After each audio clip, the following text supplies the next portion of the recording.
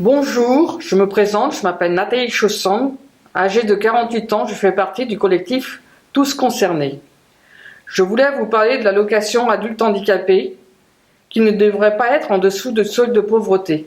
À titre d'information, le seuil de pauvreté en France est de 1015 € et l'allocation adulte handicapé à temps plein est aux alentours de 902 €. Ce revenu temporaire doit être évalué au niveau du salaire minimum interprofessionnel de croissance, puisque le handicap psychique paraissent invisibles, mais ils sont bien réels.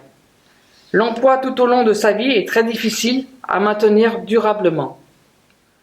À la suite d'une hospitalisation, l'équipe soignante a le devoir d'orienter le patient vers des structures associatives afin de lutter contre l'isolement social.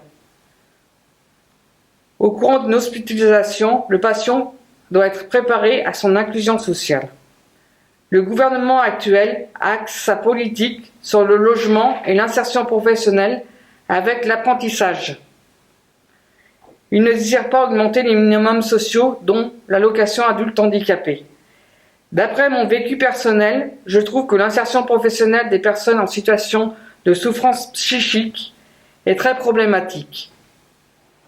Je constate que l'État n'engage pas les moyens humains et financiers pour aboutir à une inclusion sociale et professionnelle pérenne.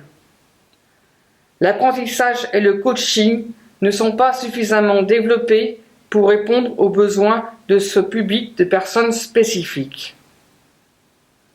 Il faut renforcer ces moyens pour que les objectifs des organismes aboutissent à une intégration professionnelle durable.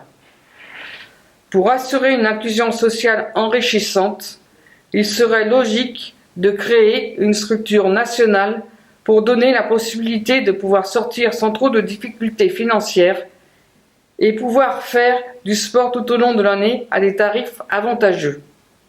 Les groupes d'entraide mutuelle GEM créent des possibilités d'ouverture dans les domaines de la culture et des loisirs.